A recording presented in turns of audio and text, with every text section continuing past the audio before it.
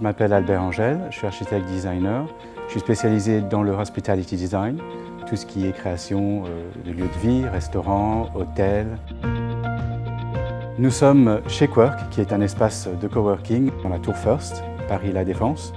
Le concept de Quirk, c'est le bien-être au travail et c'est décliné par son environnement, son décor, sa programmation de cours.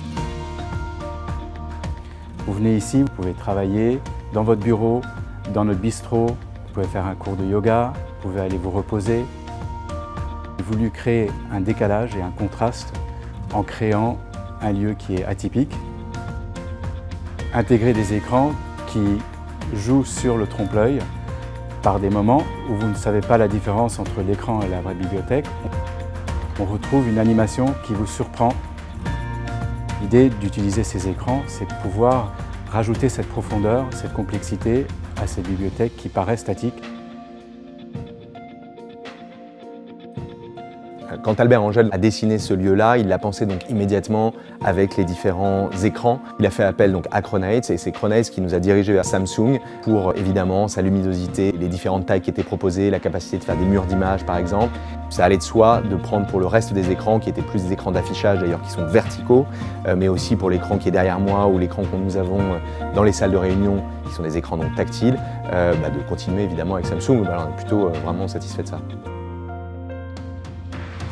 J'ai une interface et qui me permet de piloter tous les écrans.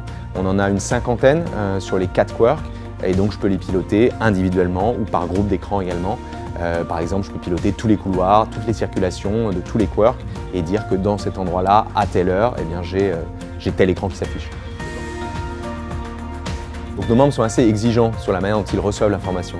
On a aussi bien des clips que des images fixes. Par exemple, pour l'agenda de nos cours, on utilise plutôt des images qui vont bouger, en faisant en sorte que les écrans restent quand même un certain temps pour qu'on ait le temps de lire et éventuellement de se mettre directement sur l'appli pour réserver son cours de yoga. Lorsqu'on parle des événements, on a besoin que ça reste dans la durée aussi pour que les gens viennent s'y inscrire et viennent y participer.